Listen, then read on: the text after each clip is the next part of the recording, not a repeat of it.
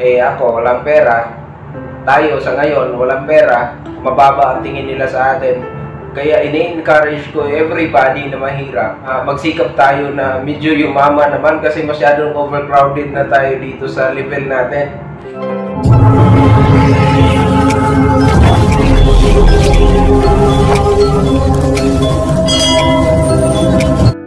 Alam niyo mga bay, ang dami talaga privileges na available sa mga mayayaman o applicable lang sa kanila at hindi applicable o hindi available sa ating mahihirap.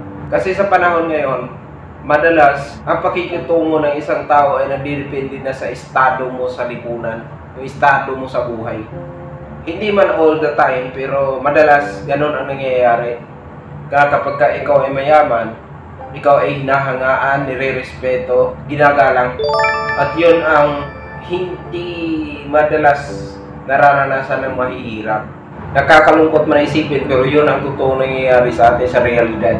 Kaya kung minsan may isip mo na talagang may katotohanan yung kasabihan na unfair ang mundo para sa mga mahihirap, no? So siguro magiging pantay at patas lang when it comes to prinsipyo at paninindigan. Pero kahit sa mga simpleng bagay, tingnan nyo, kapag ang mayaman halimbawa malakas kumain, ang tawag sa kanila, malakas yung metabolismo. Ang mahirap, pag malakas kumain, ang tawag sa atin, patay gutom. Walang malamon. Ito pa, kapag mayaman ka at nagkaka-skin rashes ka, kumbaga, ang tawag sa iyo ay may allergy. Pero kapag mahirap ka, ang tawag dyan, galis. O kaya kagit sa Bisaya.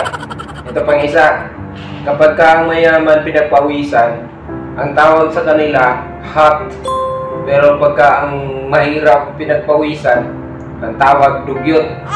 Nasa na hustisya doon. Alright mga bay, hindi ko sinasabi ang lahat ng comparison na yon para hamakin lalo ang mga kapwa ko mahihirap. Sinasabi ko lang is, ang daming privileges na makukuha kapag medyo yumaman o makaluwag-luwag tayo sa buhay. Kaya ini-encourage ko everybody na mahirap na magsikap tayo na medyo yumaman naman kasi masyadong overcrowded na tayo dito sa level natin. Kumbaga sa isang building, nandito tayo sa ground floor, overcrowded na tayo, nagsisiksika na tayo rito. Kahit papaano man lang sana mayroong iilan na makakaangat doon sa second floor. Kahit huwag na natin munang pangarapin yun sa penthouse dahil mataas na masyado yun para sa nasa ground floor ka. Dapat pagdaanan muna natin yung second floor, pataas, no? So yun lang naman, just to clarify. Yun ang reason at purpose ko kung bakit sinasabi ko itong mga ito. Kasi alam ko, na-observe nyo rin kahit na nga dyan sa circle of friends nyo or sa families, iba talaga ang treatment ng tao kapag may pera ka. Ako, walang pera. Tayo sa ngayon, walang pera. Mababa ang tingin nila sa atin. Sinisino-sino lang tayo kasi nga wala tayo. Well anyway, at least alam natin kung saan tayo lumugar. At the same time, at pagdating ng araw, in God's time, baka sakaling darating naman at papupuro naman sa atin yung pagkakataon na tayo naman ang magkaroon. At least alam na natin kung paano ito i-handle at paano tayo makikitungo at makikisama sa ibang tao na nasa ibaba. Alright? So thank you so much for watching guys.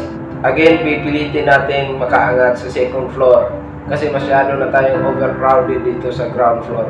So ingat palagi and God bless sa iyo.